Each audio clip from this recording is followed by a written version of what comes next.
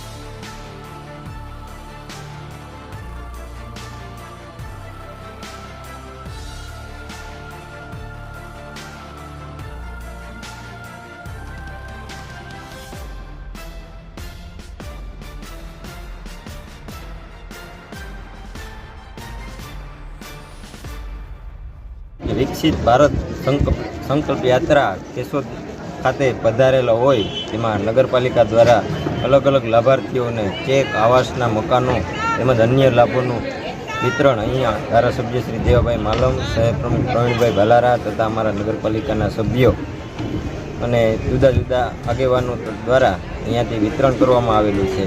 અને આવનારા સમયમાં જે વડાપ્રધાન મોદી સાહેબનો જે સંકલ્પ છે કે નાનામાં નાની યોજના નાના માણસ સુધી પહોંચે, એનો લાભ લે અને સુખ, સમૃદ્ધિ અને શાંતિથી પોતાનું જીવન પસાર કરે, એના માટે હજી પણ આ વિકાસ સંકલ્પ યાત્રા ચાલુ હોય તો અલગ અલગ લાભાર્થીઓને આનો લાભ લેવા અનુરોધ કરે.